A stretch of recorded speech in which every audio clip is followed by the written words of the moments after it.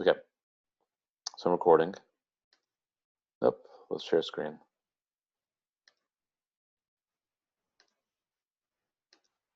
Okay, and we are recording. Okay, great. So yeah, so you remember your perpendicular forces. So here's the sled, and it's being pulled at 80 newtons at 30 degrees.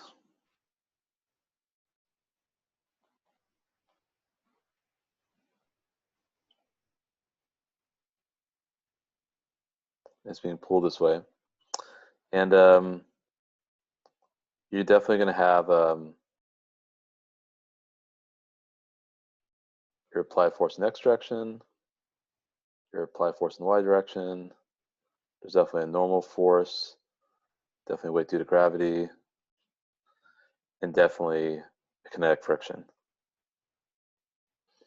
So your perpendicular forces are simply going to be Fn, W, and Fap, Y. Your parallel forces are going to be little fk and Fap in the X direction. Fn plus Fap Y minus W is going to equal 0 because it's not moving vertically. Fn you're trying to solve for. Fap Y is 80 times sine of 30 degrees because it's opposite of hypotenuse, minus what's the weight of this thing? 20 times 9.8 equals 0. Solve for Fn carefully. You should get, let me think here, 20 times 9.8. Nope. 20 times 9.8. 196 minus 40, 156 newtons. Then for this part, remember, you're doing Fapx minus LFK equals 0. Fapx is going to be 80 times cosine 30 degrees minus mu k, which we're trying to solve for, obviously, times Fn. Mu k is going to be, sorry, Fn is going to be 156, of course. Again, 80 times cosine 30 degrees. Just do a little bit of algebra because that's an unknown for mu k. Cosine 30 is about 0.866, so 0.866 times 80. And you got to divide that by 156, and you should get 0.444. And it has no units, mind you. There are no units for coefficients of friction. So that's what you get for that one. So hopefully going over this again, now we're a little more smooth with it. You guys are feeling a little more comfortable with it. I think something like this will probably be like the last problem on our test. We'll probably have something like this, just like how we had that volcano problem in the test last week, because there's a little bit of stuff going, it's a little bit involved. I'm going to do one more just like this. It's a little bit different, but it's kind of similar. And I'm going to kind of have you guys help me out with this. So we'll spend about another 10 minutes before we do our lunch break. Any questions about number 5? Nope. Okay. So we're still recording. So again, you can always watch this recording later, and I'll label and I'll put the Schoology updates in the afternoon. Actually, I might I'll wait till after because I don't want to close the session because I won't save the recording until after I close. Okay, so here's what we're gonna do next. I actually we're gonna do number 13. Here you got a guy pushing a block of ice, and he's actually pushing down on it because you can see his arm is kind of coming down at an angle. So let's actually do this. Give me one sec here. Yeah. I put this in Microsoft Word, so it's a little easier. And I could actually save this, and then I could email it to you guys later, or put in Schoology. So I do need to go. Actually, maybe I won't do this. I'll use the inking on this here.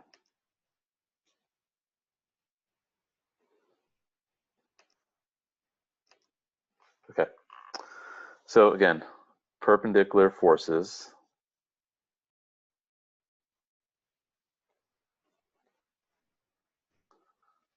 Parallel forces. You definitely have an Fn. That's always true. Definitely have a weight due to gravity. That's always true. Definitely gonna have friction. Now, because they're telling us static friction and kinetic friction, and they're asking you what's the minimum force you need to actually get this block moving, we're gonna start with Fs actually. We'll do Fk. So here you're gonna use Fs because it's not moving right now.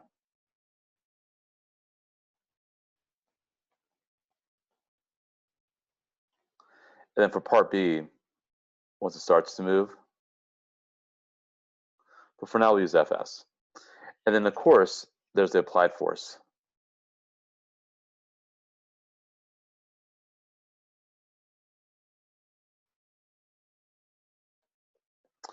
So Fn, W, and because the applied force looks like this,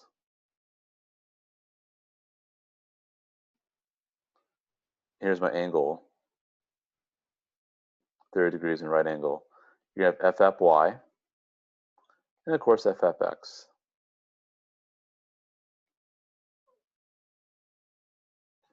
Again, little Fs.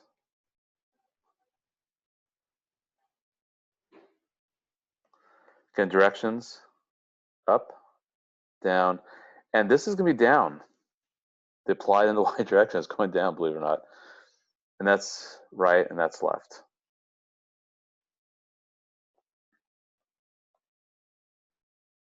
Okay, so far you guys are with me? We're good? Yeah, the Ffy is actually down. That's why you have to draw this carefully, because he's pushing down on the ice, right? Obviously the block of ice is not. Yeah, go ahead. Would it be F, the applied force in the X direction? Yeah, sorry, that's a typo. Thank you for catching that. You're always good at catching that. Yes. Duh, because that's obviously parallel. Yes, thank you for catching that. Okay. And remember, there's just a bunch of trig happening here, right? So F-app X is F-app times cosine 30 degrees. F-app Y is F-app times sine 30 degrees. Okay. So coming back here again. So I don't know what my normal force is, but my normal force minus the weight due to gravity minus F-app Y is going to equal 0. W is mg, which I could easily find because for the block. Ffy, I don't know the applied force actually. They don't tell us that, but it's okay. We're going to be okay with it. It's going to be F-app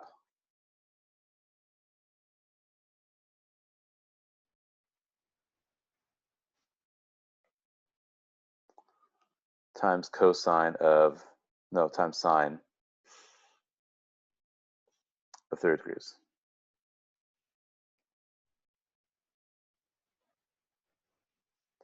So Fn will equal mg, which is going to be 45 times 9.8 minus F-app, which I don't know yet, and sine 30 I know is 1/2. So that's all I know for my Fn. Now, the block is not moving yet, right? Not moving right now. So in this case, we're going to say my F net is 0.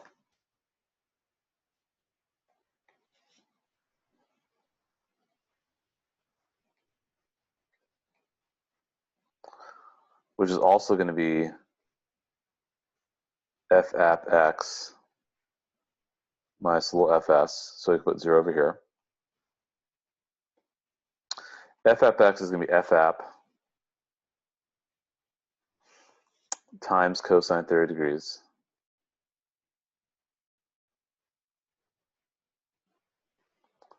And fs is mu k, sorry, mu s, mu s, because static, times fn. So 0 equals f app, that's times 0.866, mind you. Mu s is 0.1. And then your fn is all this over here that has to get thrown in to all that. But what you're solving for is f app, which is what they want. They want the force, right? That's what we're solving for.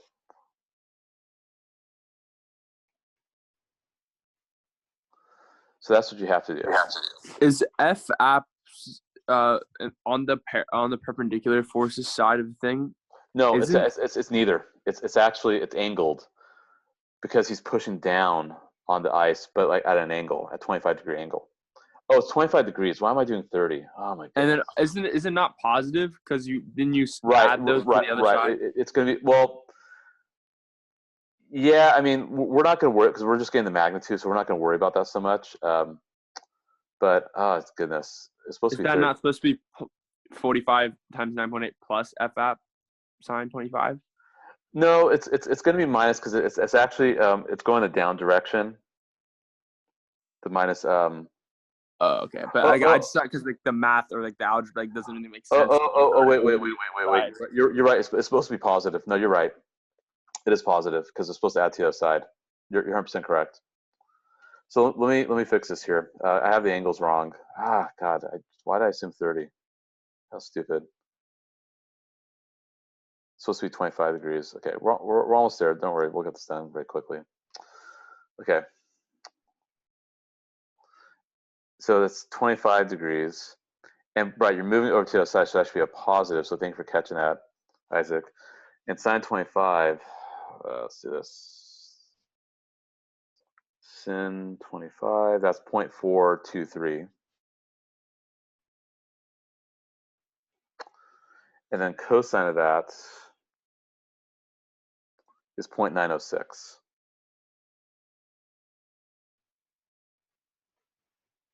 Okay, and yes, I was moving the f app sine, the f app y from left to right should have been positive. So thank you for catching, Isaac. Hope that makes sense now. Yeah. So anyway, yeah, that f app is pretty wild. Or sorry, the fn is pretty wild. So now I'm going to erase all this stuff here.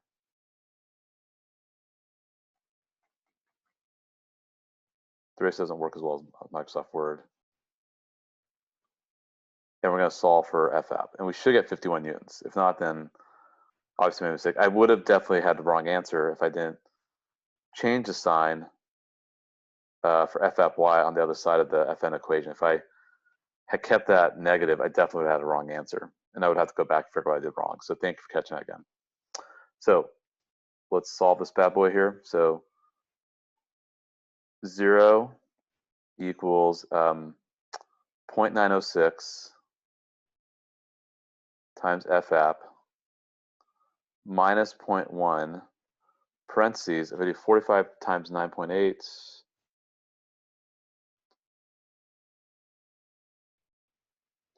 get 441 plus 0.423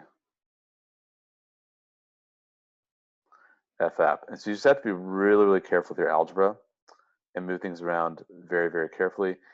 If you do 0 equals 0.906, I'm gonna call it x now because I'm just getting lazy. Let's call it x. That's 44.1 minus 0.0423 x, and you're just solving for x here. So 0.906 minus 0.0423. So you wind up getting on one side 44.1, we'll move that to the left side. On the right side, you have 0.8637x. So 441 divided by 0.8637. Yay, looks like I got it. Hold on, 44.1. Yep, got it.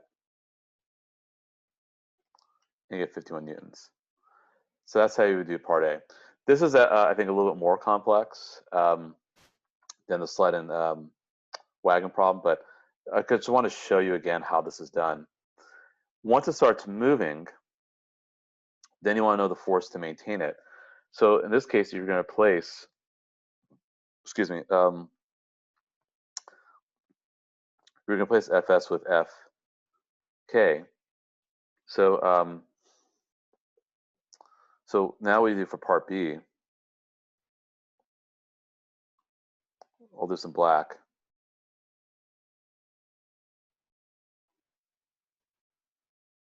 Equals ma, and your mass is 45. So 45 times a equals your FAP x. So we know now we know our FAP is 51. So 51 times cosine of 25 degrees minus FK. So 45A equals 51 times 0.906. Now Fk is going to be mu k times Fn. Fn I can get from over here, obviously.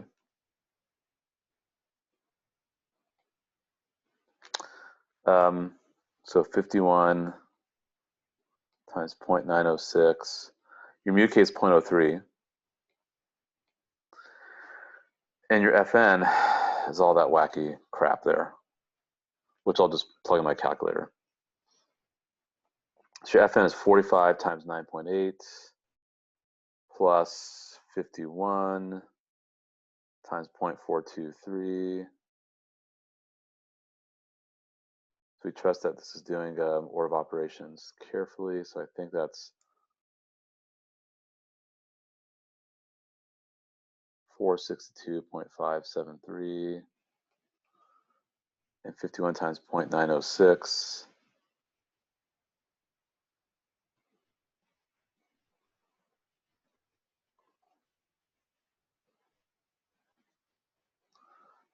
No, something seems a little off here. Hold on.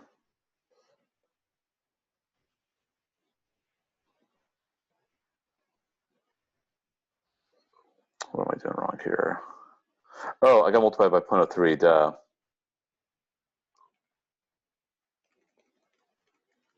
Yeah, it has multiplied Fn by 0.03. No wonder it was off. So let's try that again. 45 times 9.8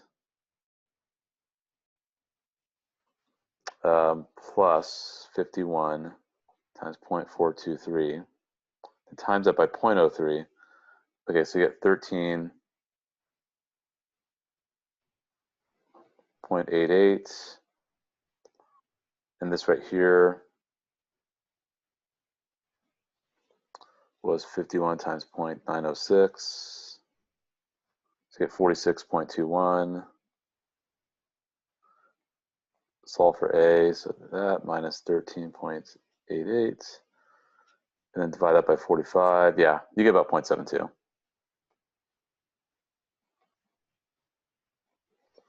But there's a lot going on there because your Fn wasn't as simple. All this is recorded. I'll save this file. I think we're time for a lunch break. So we'll do some lab stuff when we get back because I think you guys are ready for that. And then maybe we'll hold off on 2-4 until tomorrow, I think, because I want to make sure you guys are feeling comfortable in the lab and getting through it. So let me stop sharing my screen. I'll save this file for sure. Stop sharing.